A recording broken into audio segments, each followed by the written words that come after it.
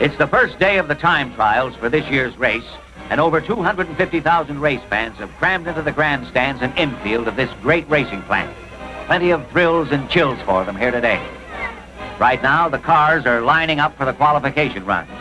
Most of them are the conventional Speedway Roadsters powered by the famous Meyer-Drake four-cylinder Offenhauser engine. But the powerful Novis are back again this year. This one, number 56, will be driven by heavy-footed Jim Hurtubise. Two others by Art Malone and Bobby Unser. But the real attraction this year is the new Lotus-Ford rear-engine creation. These cars are only knee-high and streamlined to the nth degree. Benson Ford, vice president of Ford Motor Company, and Ed Stroh of the Autolite division are truly proud of these new racers powered by Ford. Driver Dan Gurney and designer Colin Chapman look on as their car is prepared for the qualification run.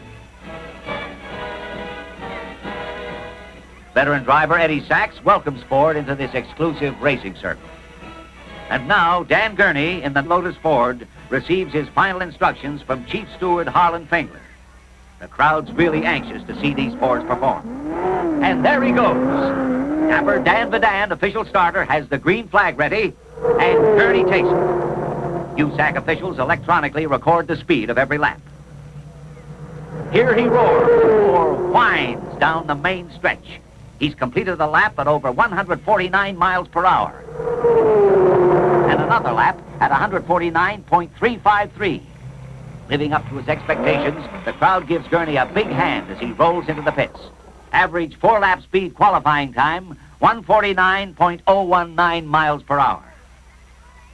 Jimmy Clark, Grand Prix driver from Scotland, is ready in his Lotus-Ford number 92.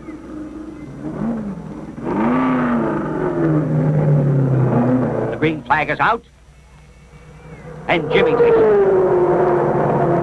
The timer's clocking as he screams past the crowd and completes a lap of 150-plus miles per hour. Another lap over 149 assures Jimmy a starting position in this year's 500. Looks like J.C. Agajanian is about to ask Benson the price of these new Ford racing engines. Wholesale price, that is. And now, at last, this is the day. Band, marching feet, Majorette Golden Girl from Purdue, actor George Montgomery from Hollywood, astronaut Gordon Cooper from space, and racers from out of this world. Oh, it won't be long now. The drivers are getting ready. Goggles, handkerchiefs, cold cream. Anyway, they're ready for those famous words. Gentlemen, third direction. The traditional balloons are released, and the cars move out.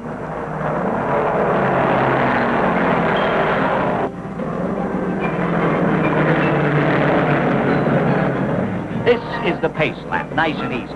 You're looking at more than $1 million worth of racing cars.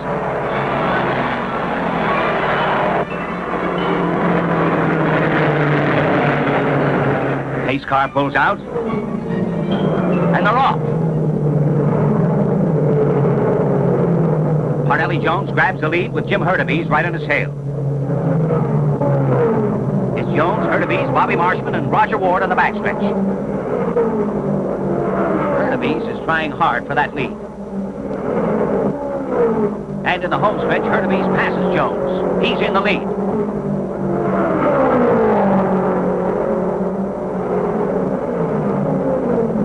Here they come neck and neck. Jones has the inside track and takes the lead back. Bobby Unser hits the wall and is out of the race. He's getting out of his car and it's okay. Now Roger McCluskey has moved into second place. Hurtubise is passing McCluskey for second.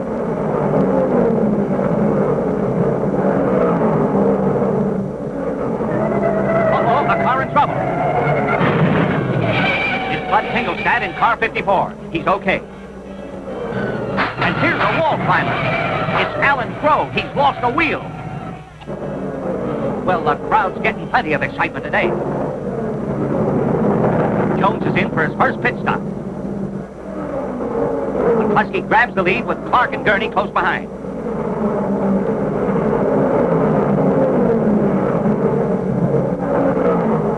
Jim Clark takes second as they roar past the stands. Jones goes right out again to do battle for that lead spot. But Jim Clark and his Lotus-Ford takes the lead. It's Clark first, McCluskey second, with Gurney coming up fast.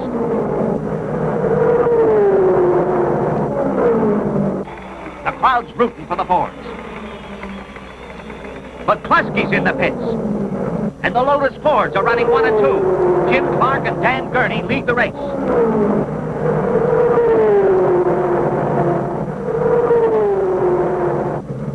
But McCluskey's right back out to try and catch Clark and Gurney, but they're setting a torrid pace, and the crowd loves it.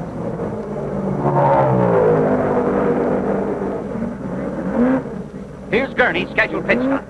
The Fords run on pump gas and get good mileage. Only one pit stop is planned for the whole race.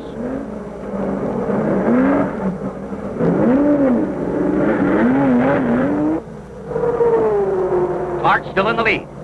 Eddie Sachs is trying to pass McCluskey in the backstretch. It's now the 96th lap. Clark goes in for tires and gas. Uh-oh, he stopped short of the hydraulic platform and they have to push him on. That could be expensive. Jim has been leading for 28 laps, and that's a great record for a rookie driver and a rookie car. The car is real lightweight and easy on tires. This change should last the rest of the race.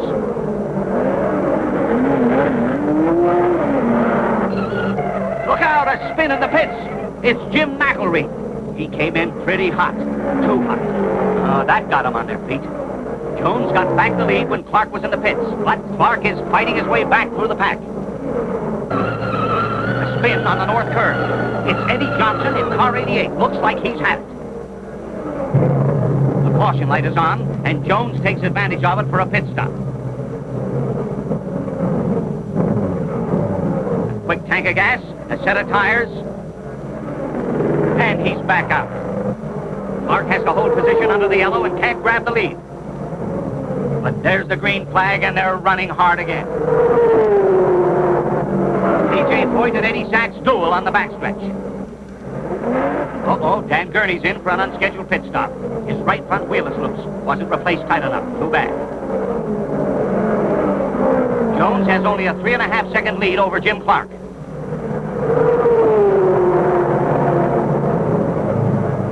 There's a spin. It's Eddie Sachs.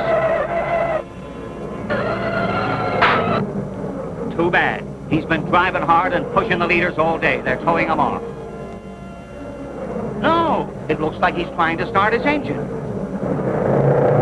It started. How about that? Sachs is going back in the race. Looks like the action has moved to the stands. It's Colin Chapman. He's detected oil leaking from Jones' car and is a bit unhappy. Now there's a real rhubarb. The question whether or not to black flag Jones. But the decision keeps Jones in the race.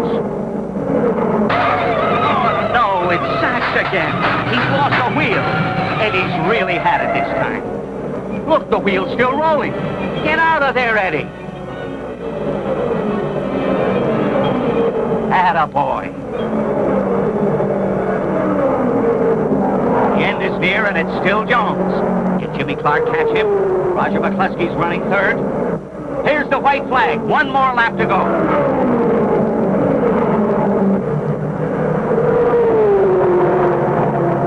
Time's running out, and Providence takes over. Oh, no, McCluskey's spinning. It's the last lap, and he had third place sewed up. What a tough break. The checkered flag is out, and Parnelli Jones wins the race. Jim Clark and the Lotus-Ford take second. And here he comes, the winner, heading for victory lane, the man himself, Parnelli Jones, a deserving winner, a great driver. Average speed, 143.137 miles per hour. It's a new record for the Indianapolis 500. Congratulations, Parnelli.